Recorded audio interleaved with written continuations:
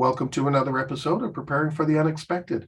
I'm your host, Alex Fullick, and as always, we like to talk about things related to business continuity, COVID, resilience, crisis management, supply chain management, anything that helps you, your organization, or your community prepare for, respond to, and overcome adverse situations.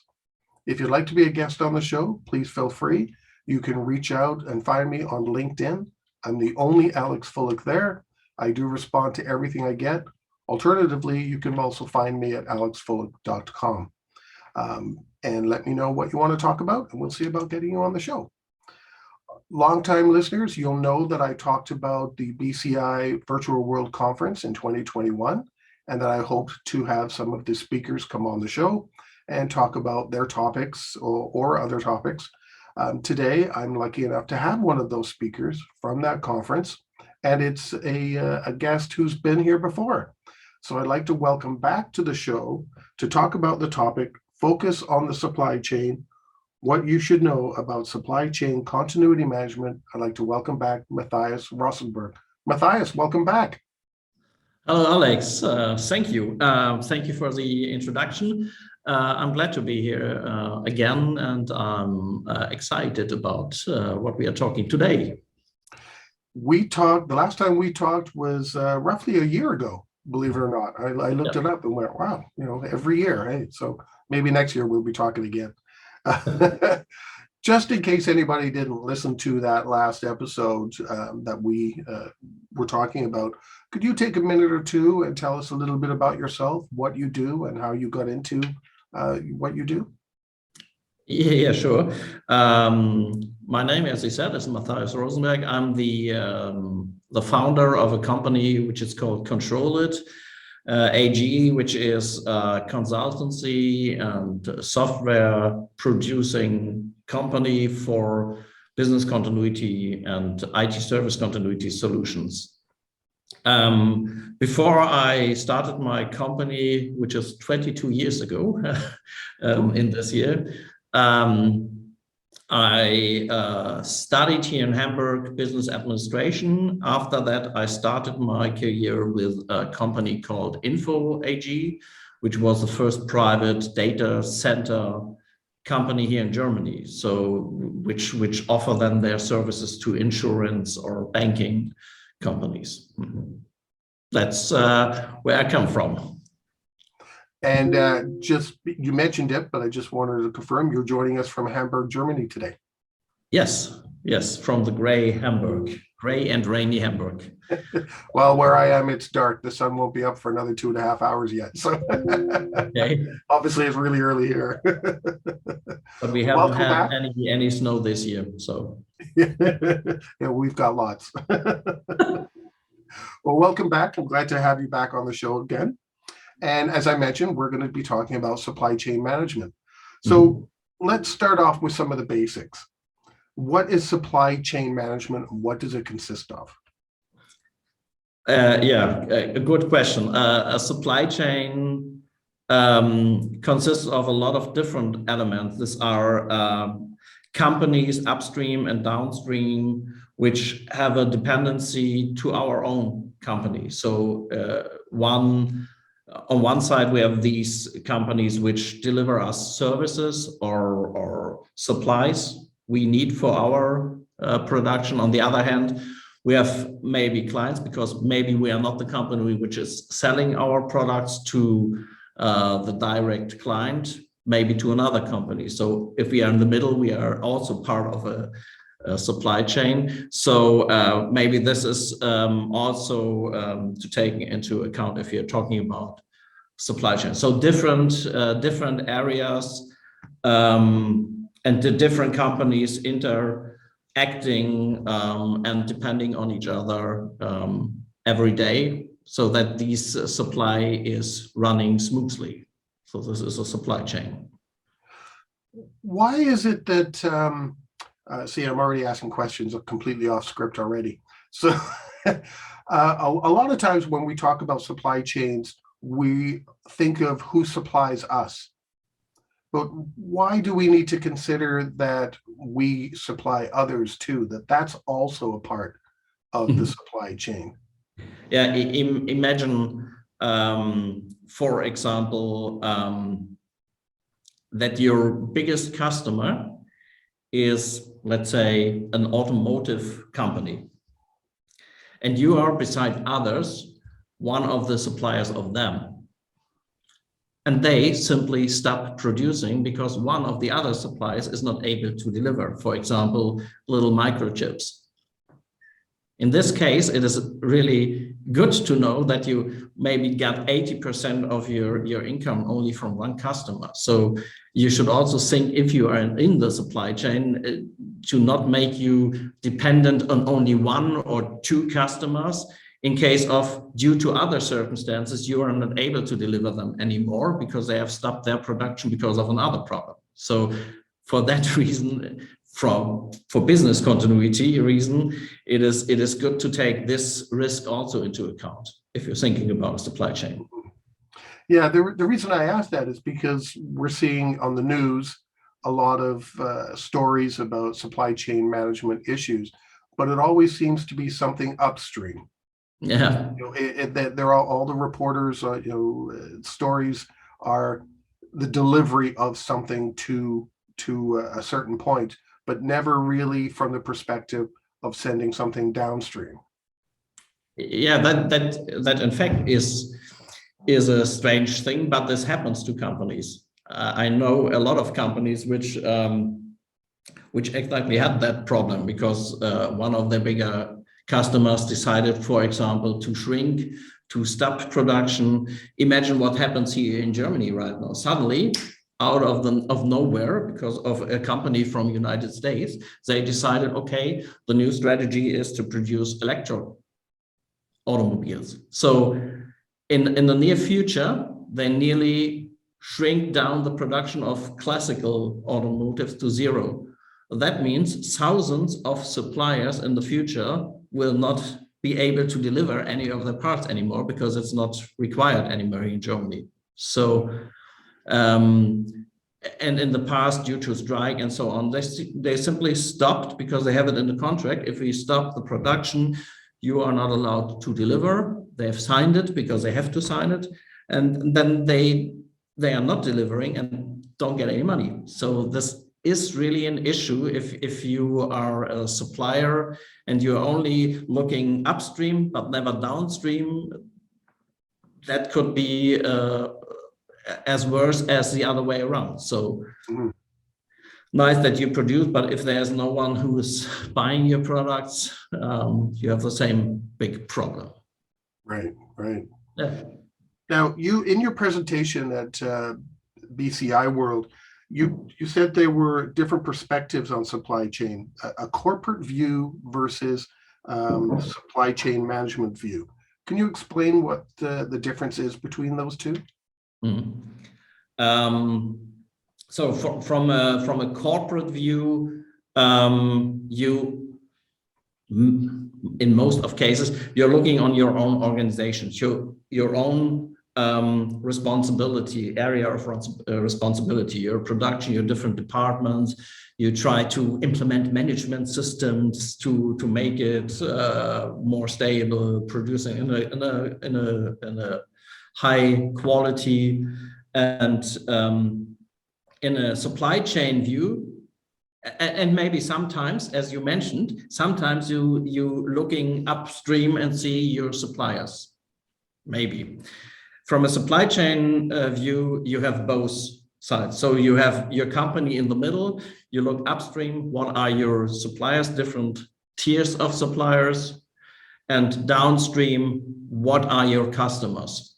Who is your customer? What problems can occur in this direction, and what are we doing if we have problems in this direction? So supply chain is not only the incoming logistics, the on-site logistic, but also the logistics which guarantees that the products we produce every day is being somehow delivered. Otherwise, we have to stop the production because we don't have the space to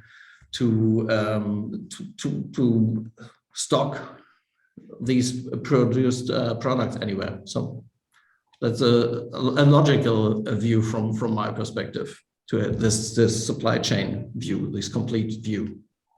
For many years, the traditional view was supply chain management, looking at it as an alternative. So if you have a company ABC supplying you, if they had an issue, look at company DEF.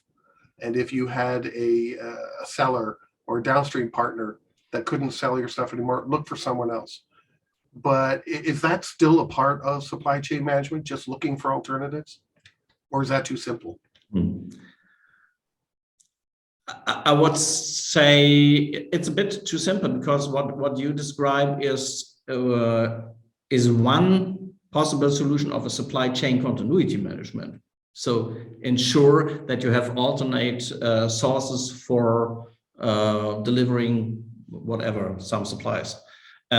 Supply chain management, it is normally much more. You have in some companies a purchasement, which write in the contract everything, and then supply chain management takes over. And what the job of supply chain management is to support new suppliers in the onboarding process. It's just like a new employee. So what you are doing as supply chain management is you together with a supplier, try to reach the quality levels you expect. You help them to implement whatever management systems which are required for your company.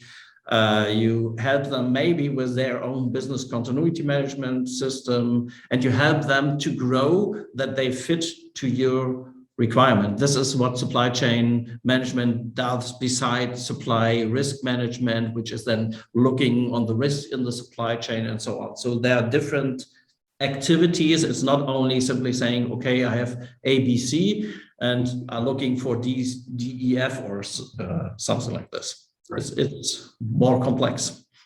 So is that, because you touched on it, I think this is the next part of your talk, with supply chain continuity management. Is that where what you're talking about there is moving into that realm? And could you clearly define what was the acronym SCCM actually is then? Yes, supply chain continuity management is as supply chain risk management. It's a I would say a subdivision of supply chain management. So it's normally something the BC manager should monitor. So it's not the job of the business continuity manager normally to be also responsible for supply chain continuity management, because therefore you need the specific skills of the supply chain management department. But the supply chain continuity management is more than simply asking a supplier for their business continuity plan. It is on one hand to ensure that we have alternatives if we get problems, and there could be different kind of problems. We can have a transport problem. So the supplier does not have a problem, but from this factory to our factory, on the way, as we have seen, there is a problem somewhere with a ship, and suddenly we don't get anything. I was thinking the exact same example, ship in the Suez, right?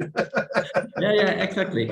Because that is a transport risk. And together with supply risk management, supply chain continuity management also judges what are the risks to get these this supplies into time to my factory that I'm able to deliver to my clients. This is one thing. So you are looking on the risks, you're looking on alternatives. What happens if we are losing one or two of the critical suppliers?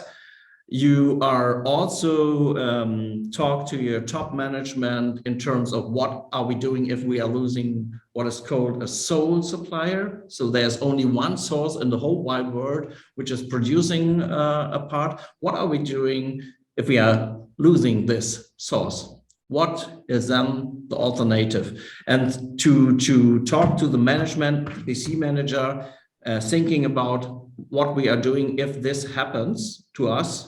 What is then our plan B for those cases? This is supply chain management. So it's looking for alternatives. It's looking on specific risks which can occur in the supply chain, and not only upstream but also downstream supply chain, and what are we doing with these risks in terms of how can we prepare together the suppliers but also ourselves for those cases.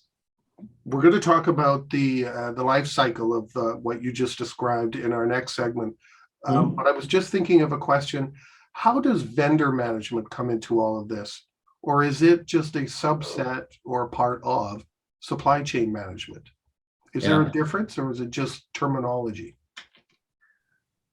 I think really it is terminology, because vendor management is something which is used in financial institutions. Let's say you have a financial institution, they have a lot of vendors which they have to monitor because of authorities which ask them to do this monitoring. But this is different. Normally what they are doing is maybe they go for an audit for the very critical vendors, and for the less critical, they send them a questionnaire, and then they gather the information, put it in a whatever spreadsheet and report about that, but don't really do anything with these data, except these for the very critical vendors, because they normally go there, check the business continuity of these vendors, which is what you also may do with very critical suppliers in the supply chain. So from that perspective, you have areas where it is the same, but I would say if they take it seriously, it's only the wording which is different. You can do also vendor management as supply chain continuity management. Yeah, I've noticed some people tend to interchange the two differently. So I thought I'd ask your opinion on what your views were there. No. On that, we've come to the end of our first segment. Today, we are talking about supply chain management with Matthias Rosenberg, and we will be right back.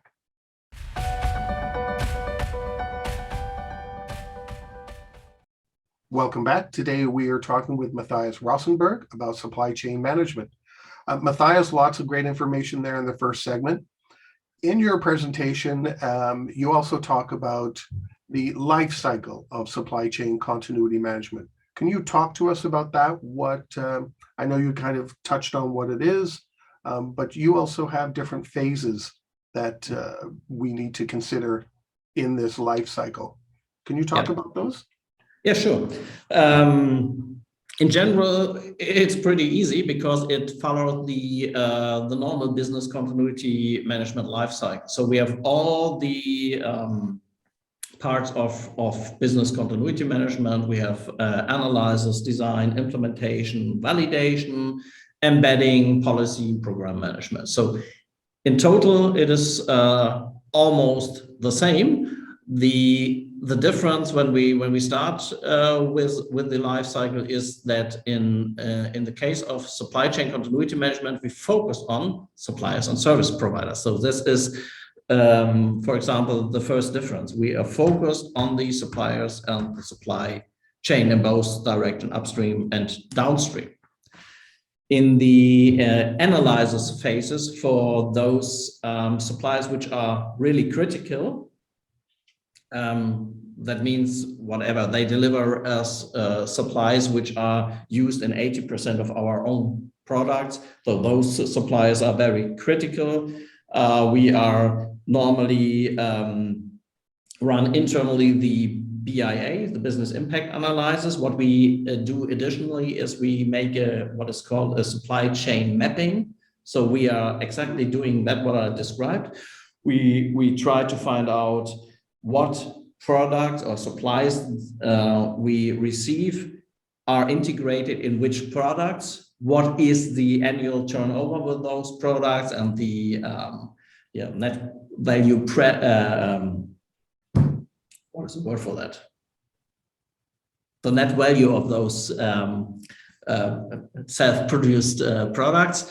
And based on this, we doing kind of a prioritization of these suppliers to decide, for example, where we are going to run a risk assessment at a supply side to have a closer look, and also doing for those most critical suppliers in deep transport risk and other typical supply chain related risk analysis. So this is what we are doing in the analysis phase. Important is. So does that mean the business continuity person gets involved here? Because you mentioned the BIA, the business impact assessment, and that traditionally is associated with the business continuity team or person or group, whatever. So do they get involved with it at this stage? Yeah, something what we would recommend to do. So the business continuity manager, which is the matter expert, should be for business continuity management in the company, and is maybe then coaching the supply chain continuity manager in his department to do the a bit different BIA with a different focus. It's not so much on business processes, but more on products and supplies and things like this. But I would recommend that they do that things together, so that maybe the business continuity manager is developing the methodology, and then together with the supply chain continuity manager, they are running those in the first years. That's what I would recommend. But important is to understand we are not doing this for all suppliers. Imagine here in Germany, I had a client which is not so big, but which at least had 1,000 suppliers. So 1,000 different suppliers, electronic supplies and so on. You are not able to go there and run a risk assessment in 1,000 different locations. So you are focusing really on those which are really critical for your company, the most critical. All the others can make you headaches too, but to get rid and find a way through these jungle, you have to focus on the very important one. So focus on the whatever 20% which are the most critical. Okay.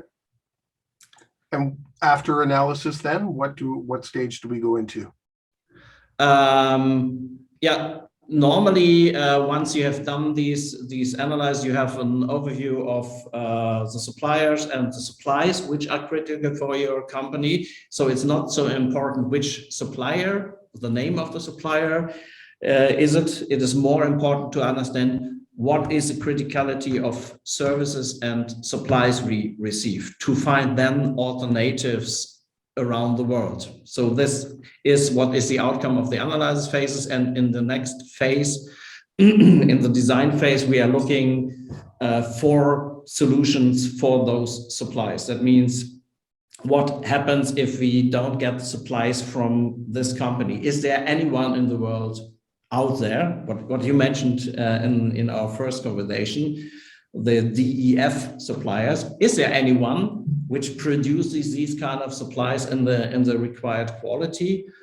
If not, what else can we do? Can we use another supply to replace these? Or is it possible? Have we maybe to think about then redesigning the product, and what does it mean if this happens? How long it would take, and so on. So there are a lot of things to consider, to think about. It's not that easy, like writing a plan. It's really a mixture of research, of discussions with engineers, and find solutions which then really can work.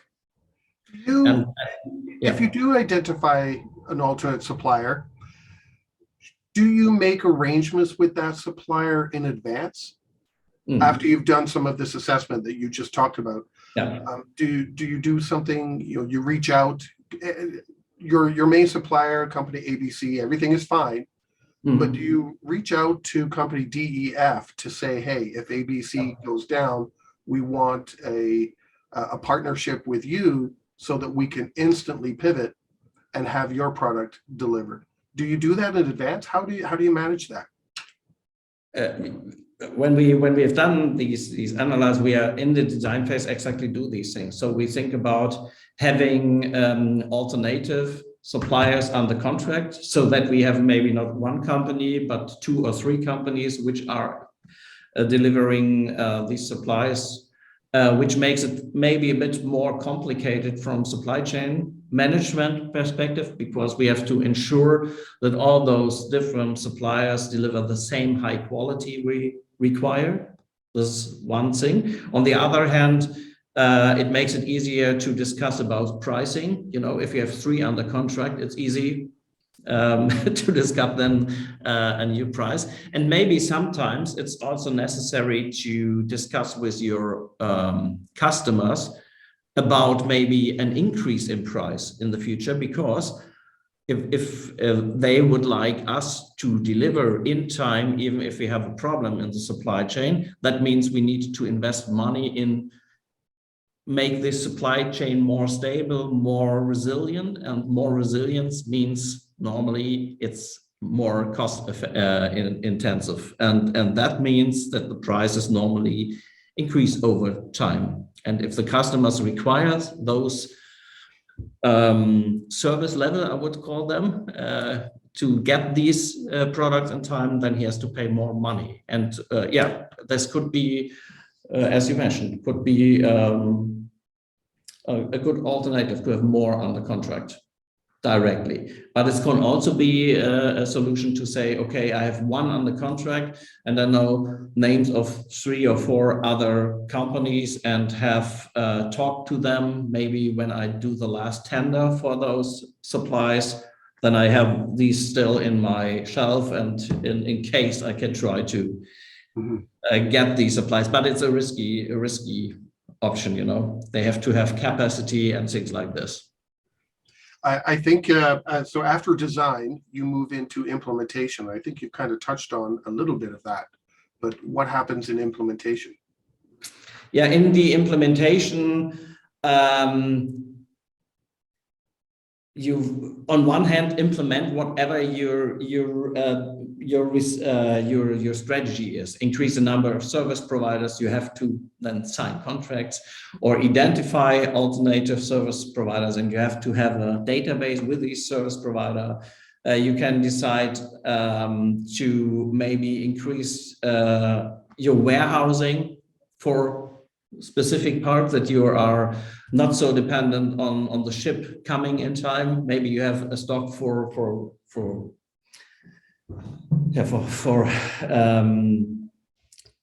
helping you to close such a gap due to a problem in the supply chain. That could be done on one hand. On the other hand, you have to write plans for those. And imagine once again these company I mentioned. You have 1,000 suppliers. You are not able to write as a company, even if you have only 100, to write 100 different business continuity plans in case of one of those suppliers is not able to deliver. So what you are doing in this case is you write generic plans for supply chain continuity. You write plans for those suppliers where you have alternatives. What are your logical steps in those cases? You are writing plans for a single supplier. So you have only 1 under contract, but you have your 4 different other suppliers on the shelf. So you have to arrange meetings with them, emergency calls and things like this. And on the other hand, you have maybe a sole source provider, which is only available once in the world. And for those cases, you have to also to prepare procedures. What are we doing if this happens to us? So for these different kind of suppliers, you are develop a generic plan, which you can also test once a year. Well, that actually moves us into the next one, I'm assuming, validation. So how do you go about validating? I would say it's then really easy, but on the other hand, also could be complicated. So what you're doing is you're testing plans. So your own plans you have developed, these generic plans, you test together with supply chain. It's most of the cases, a theoretical test. So you do a simulation, you say, okay, we have a sole source provider which has done this and that, and therefore he is not able to deliver. What are we doing now? And then you observe them, how they work through the plan, if they do the right decisions together with the management. And after that, as a crisis management team simulation, you then analyze what are the learnings from this. This is one side of the ball. The other one is what you're doing is you observe also the business continuity measures done by the supplier. So you maybe go to them on site and observe them when they are doing their exercising. So that's what normally a business continuity manager would do, as we have seen this in the vendor area. But I would recommend, if you have a supply chain management and supply chain management continuity manager, then as BC manager, you outsource the activities to the supply chain continuity manager, and they are then responsible for exactly that, for monitoring also the test activities and business continuity management activities of the suppliers and report it to the BC manager. How do you get those suppliers and vendors involved with testing? Because a lot of people, they don't want other people involved in case they do have a slip up, or they identify a gap. They don't want outsiders involved. So how do you go about being a part of these exercises, and how do you yourself involve your suppliers in your own exercises?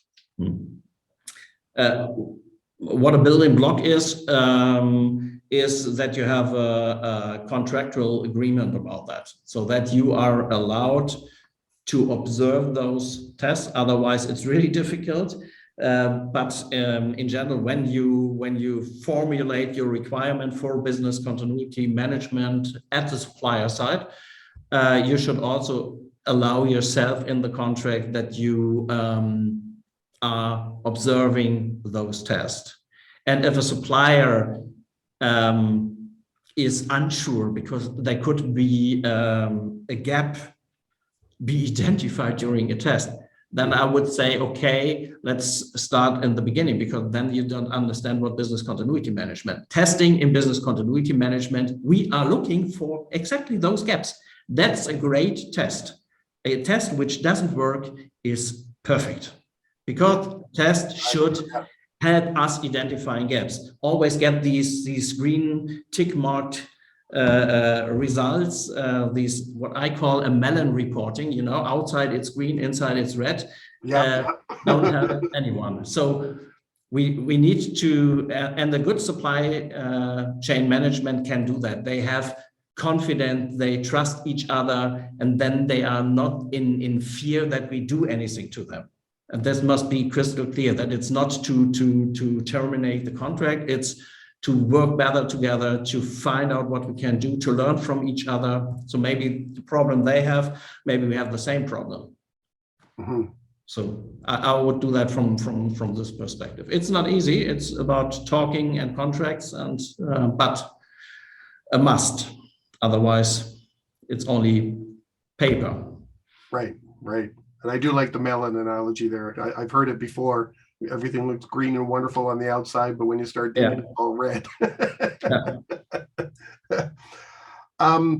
So let's look at solution options in supply chain continuity management. You listed five options, and I think a couple of them you've touched on already, but can you kind of just go through that list? I repeat them, sure. It's on one hand, increase the number of service providers or suppliers which you have a contract with. As you mentioned, we have identified critical suppliers with critical supplies, and we identify, we have only one of them, but on the market, there are 100 more. So instead of make it easy for us and our supply chain management and have only one supplier, it is more secure to have more suppliers in case something went wrong, especially if there is a risk that something went wrong. And the risk could be, it is in an area where it is political unsafe, For example, I would recommend the whole computer industry to think about having alternative locations for producing microchips, not only Taiwan, because we don't can foresee what in the future maybe happens. And therefore, it would be great to have different locations around the world where we get these little parts from. So thinking in advance before things happen about alternatives, depending on the risks we identify within the supply chain, increase the number. The second is what we also talked about is identifying alternative suppliers or providers or vendors, or however you call them. You have one under contract and you have 3 from the last tender. You keep the contact with those which gave us an offer in the first place but didn't win. On one hand, to ensure once we renegotiate the contract that we have others which give us a bid. On the other hand, this could also help in case that we get a problem. Maybe then we get 2 or 3 of them able to deliver us the amount of supplies we need. But it's, as I mentioned, it's a risky option because especially in areas where you need a high quality, and this onboarding process of suppliers is a long project for you, up to whatever, 3 to 6 months or something. This could be a difficulty thing happens. One of the suppliers gone, but should be find a solution. You should find a solution for that in your business continuity plan. Then option number 3, which is not really an option, but you have maybe heard about that. It is called the insourcing. This works maybe for very easy tasks. You may have outsourced to another company, but for more complex services or supplies, it's nearly impossible. It takes much too long normally to do that. So it's a theoretical, I would say it's a theoretical option, and it's feasible for very easy things, but not for complex supplies. What you can do then, and what you should do, is request a Bcm proof. So ask for a Bcm certificate, ensure that they have implemented business continuity management. I would recommend everyone ask your suppliers to have a ISO 22301 certificate. This is good because every year there is someone coming and checking up the system. And for the very critical suppliers, we can also go on site and do our own audit in addition to that. But this is a solution which I would recommend for all your critical suppliers. You should ask them for getting certified. And the last thing, warehousing, number 5, it means ensure that you have a security stock in your warehouse for those critical supplies, so that you are able to bridge at least 1 month of delay in the supply chain, so that you are not directly have to stop if a ship maybe have a problem on the way. Great. And on that note, we've come to the end of our second segment. We are talking about supply chain continuity management with Matthias Rosenberg, and we will be right back.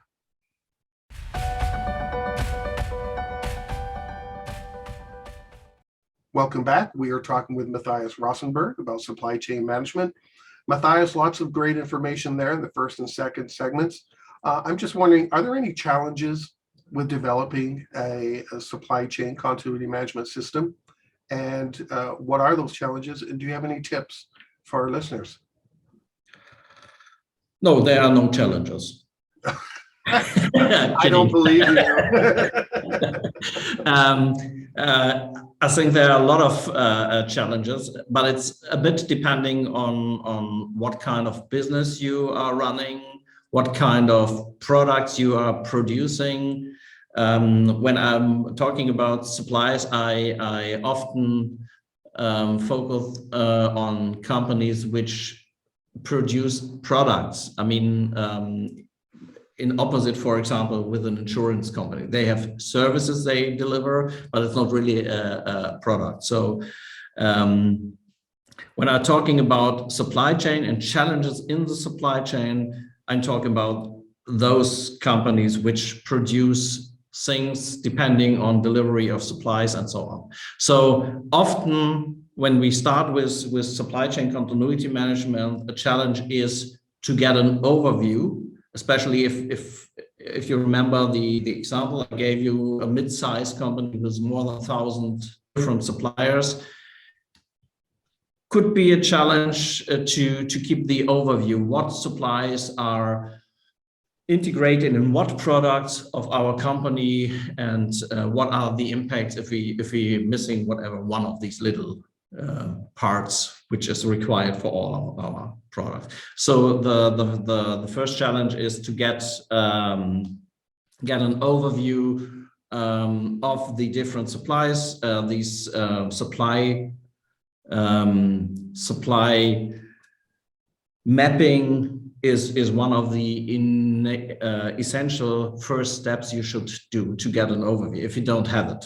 So building kind of a database to ensure that you get maybe also a graphic overview of the dependencies.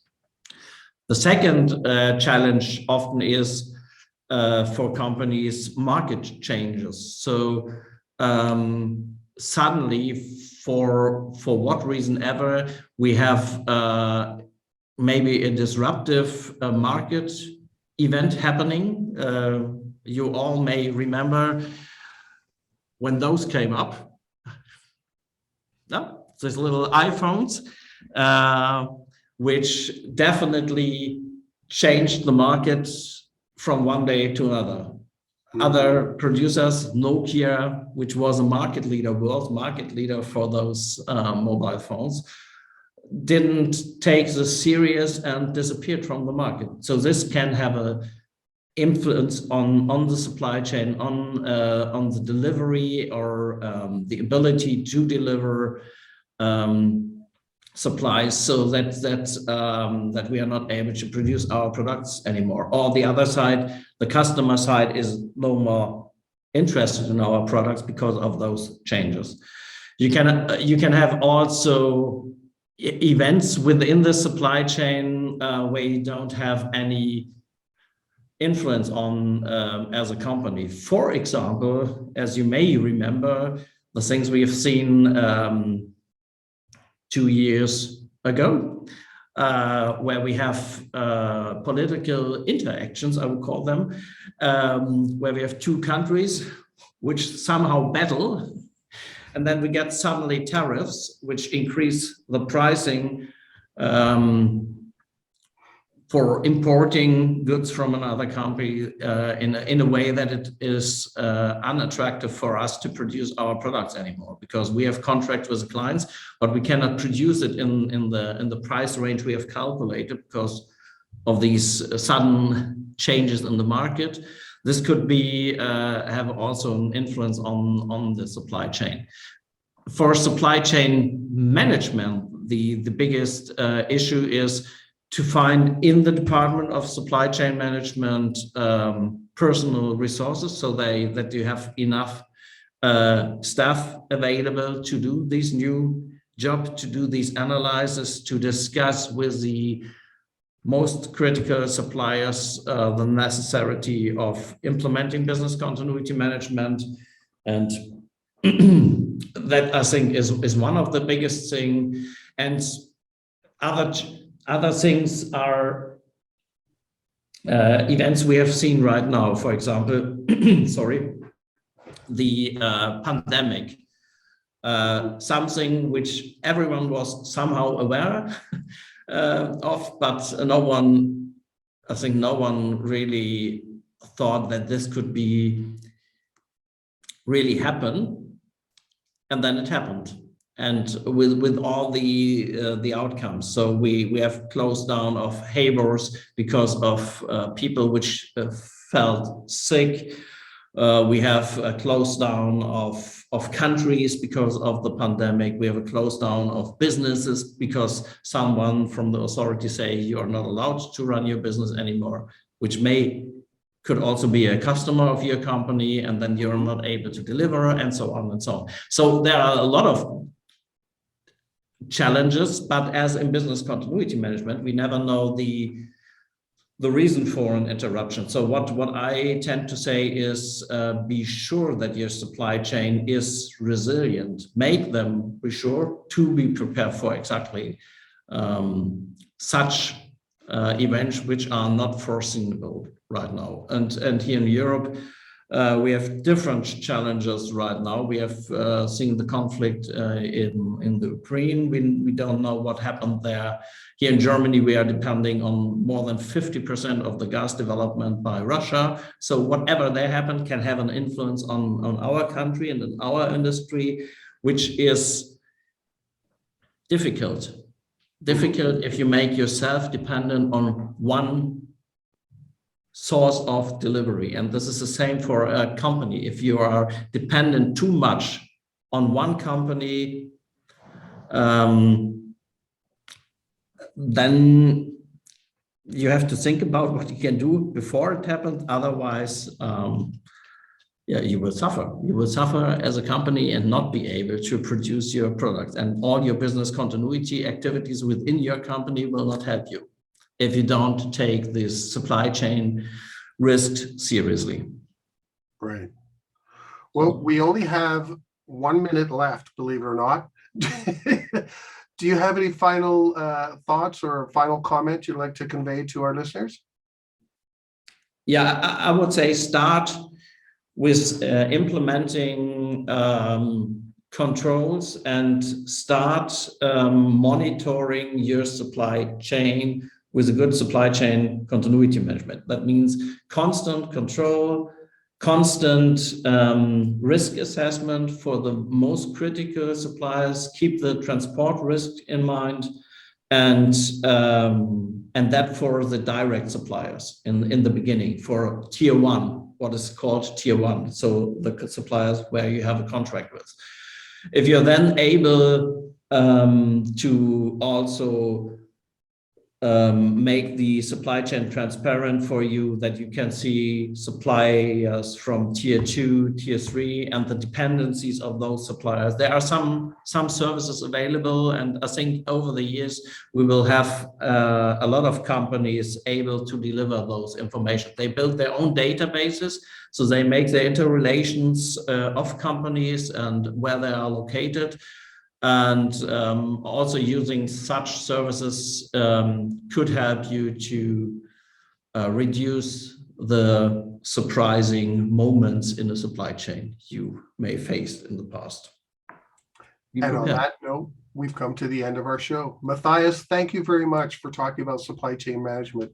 It was great to have you back again. And who knows, maybe there'll be a third appearance at some point. It was a pleasure, Alex, and I would love to speak to you next year again. Every year, right?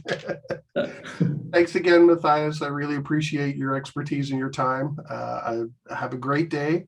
And to everybody listening and watching, stay prepared, everybody. Bye-bye. If you liked that video, thumbs up. If you didn't like that video, thumbs down. But leave a message and let me know what your thoughts are. If you'd like to be a guest on the show to talk about something related to business continuity, disaster management, COVID, personal well-being, anything that's relatable to those subjects, you can reach me through my LinkedIn profile, which is in the video description. And of course, don't forget to subscribe. In the meantime, stay prepared, everybody.